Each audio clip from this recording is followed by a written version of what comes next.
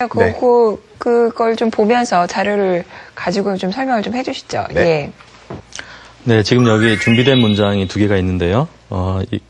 이게 좀 어려울지는 모르겠습니다. 이게 둘 다 소설에 나오는 건데요. 첫 번째 이 예문은 그 연금술사라고 읽어보셨습니까? 네. 거기에 코엘료요. 나오는 코엘료의 소설에 나오는 거고요. 두 번째 문장은 다들 아실 겁니다. 해리포터에 나오는 문장인데요. 첫 번째 문장을 보시면 자, 이걸 제가 하나의 예를 들어서 우리 마음속에 있는 그림으로 만드는 과정을 제가 간략하게만 좀 설명을 드릴게요.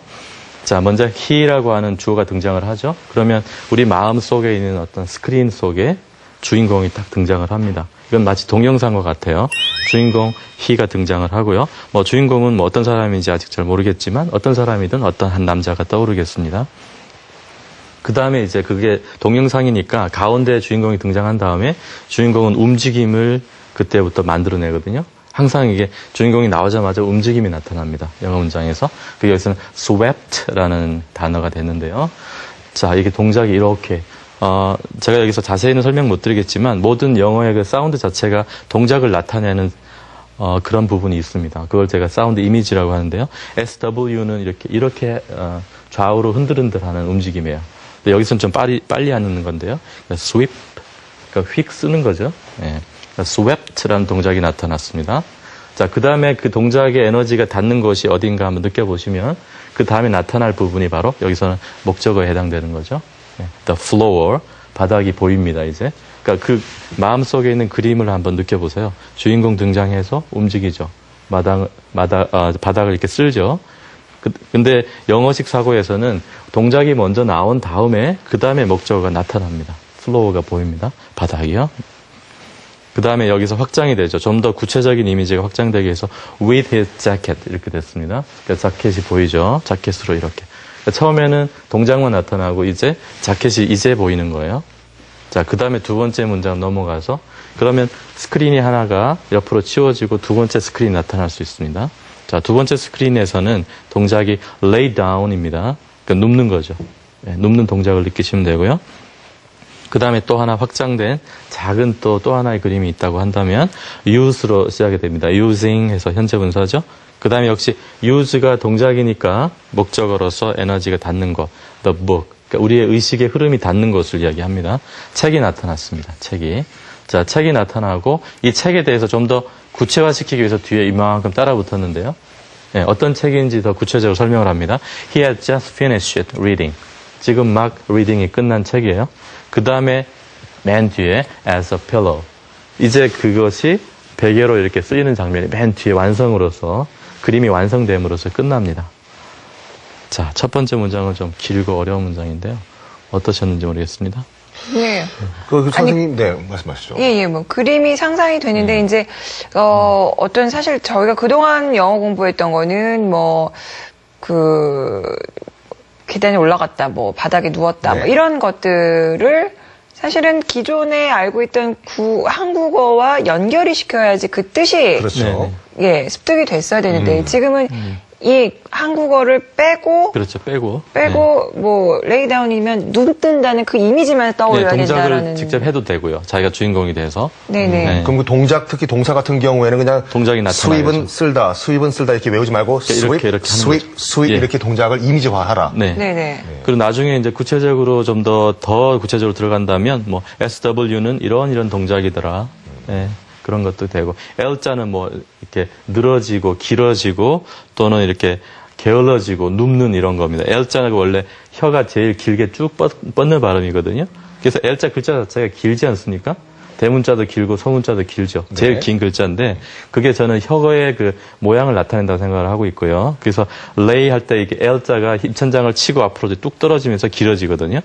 그래서 L자로 시작한 단어들이 길거나 크거나 large 하거나 long 하거나 또는 그러다 보니까 늘어져서 lazy 하게 되고 late 하게 되고 loose 하게 되는 그런 이제 사운드 이미지까지 더 보태어진다면 더 좋겠죠. 자, 마지막으로 해리포터 좀 부탁드립니다. 자, 다음 문장 한번 해보겠습니다. 여기 이제 구체적으로 주어가 사람으로 딱 등장을 했는데 잘 아시다시피 이제 해리가 등장을 하면 되겠죠. 그 해리가 이제 다시 동작으로 나타난 것이 felt입니다. 그래서 느껴주는 거죠. 어떤 느낌을 느끼는 그런 그러니까 자기가 해리가 돼 보는 거예요. 그래서 느낍니다. 자, 느끼는 그 에너지가 닿는 곳, feeling이 닿는 곳은 heavy drops입니다. 그러니까 heavy 할 때도 그 무거운 느낌을 느끼시면 되겠죠. 예, 아주 심하게 내리는 비입니다. drops, drop 할 때 떨어지는 느낌이 들면 되겠죠. drops. 사실 이게 떨어지는 형태나 사운드를 상징화한 것이 이 단어라고 할 수 있거든요. 자, 그것이 이제 fall 합니다. 떨어져 내리고요. 그 다음에 구체화하기 위해서 어디에 떨어지는지, 그죠? onto his face. 그러니까 전치사는 방향성을 느끼시면 돼요. onto 할 때 방향성을 느끼시면 되고요. his face 할 땐 이렇게 face를 느끼시면 되겠습니다. 그 다음에 좀 더 구체화하기 위해서 하나의 말풍선처럼 또 하나의 이미지가 달라붙어 있죠. splattering onto his glasses. splat 할 때, 이게 splatter 할 때 뭔가 이렇게 물방울이 탁탁 튀면 되겠습니다. 튀는 느낌이 느껴지면 되죠. 그래서 원래 이 SPL 사운드가 들어갈 때 갈라지고 터지고 이런 이미지가 있어요.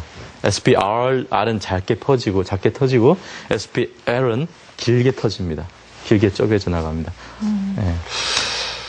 자, 지금 우리가 좀 강의를 좀 들어봤는데요. 확실히 그 전에 네. 저희가 영어 단어를 공부했던 방식하고는 많이 달라요. 그러면은 이거는 어떤 영어 책, 우리 예전에 영어 보고 이제 네. 막 그걸 막 쓰면서 그렇죠. 외우고 막 그랬던 그 작업이 필요가 없이 그냥 영어를 갖고 머릿속에서 상상하는. 이미지화하는 거죠. 승상화. 그럼 선생님 말씀을 들어보니까 그러면은 나중에 이 과정을 거친 후에는 sweet이라는 말을 들었을 때 무슨 뜻인지는 알지만 그것이 우리말로 뭐냐 물어봤을 때 대답이 안 나올 경우도 있겠군요. 그럴 경우가 있을 수가 있습니다. 그래서 그거를 한국어로 또 번역하는 거는 따로 만약에 필요하다면 그걸 따로 공부할 필요는 있어. 예를 들면 뭐 통역을 해야 되는 사람이라든가 번역을 해야 되는 사람이라면 한국어로 어떻게 1대1로 완전히 일치하지는 않지만 비슷한 단어를 아는 것도 필요하겠죠. 근데 우리는 지금 영어를 자연스럽게 모국어처럼 비슷하게 받아들이는 데 목적이 있기 때문에 그냥 이미지로 느껴지면 벌써 이미 공부가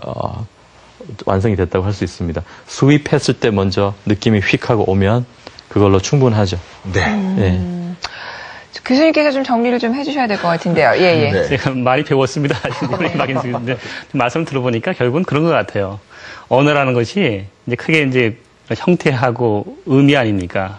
그 내용. 근데 이제 우리가 보통 언어 학습할 때는 주로 형태 위주로 언어 학습하거든요. 문법. 근데 이제 그러지 말고 이미지라는 것도 결국 의미 덩어리이기 때문에 의미를 중심으로 이제 학습하는 것이 훨씬 더 효과적이고 또 이 머리 기억 속에 오래 남고 그런 저런 맥락으로 이해했습니다. 근데 이제 이 이미지나 이런 것들은 아무래도 좀 경험이랄지 좀 이런 게 중요하거든요. 그래서 아마 어른들보다 아마 특히 이제 감수성이 예민한 아동들한테 훨씬 더 어떻게 보면은 쉽게 또 다가갈 수 있는 방법이 아닌가 하는 생각을 해봅니다. 아무튼 또 좀 여러 가지 다양한 소위 뭡니까 학습 방법 중에서 또 이제 선생님이 생각하시는 그러한 좋은 방법을 말씀해 주신 것 같아요.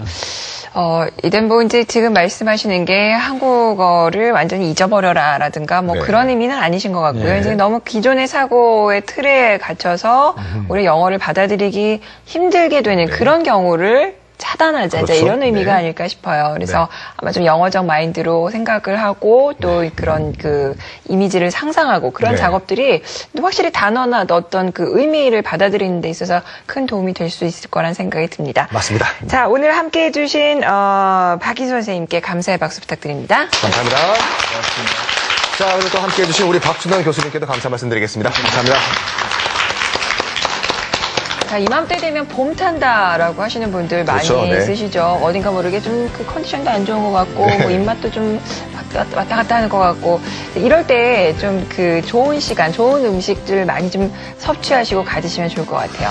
맞습니다. 정말 시장에 나가보면 뭐 쑥, 냉이, 이제 봄나물 많이 나왔던데요. 네. 그러니까 친구들과 한번 우리 봄나물로 맛있게 점심 또 저녁 먹는 것도 어떨까요? 예, 자, 확실히 날씨가 좀 따뜻해지면은 기분이 좀 상쾌해지잖아요. 그렇죠, 예, 네. 즐거운 봄, 또 건강한 봄 맞이하시길 바라고 저희는 여기서 인사드리겠습니다. 고맙습니다. 네, 감사합니다.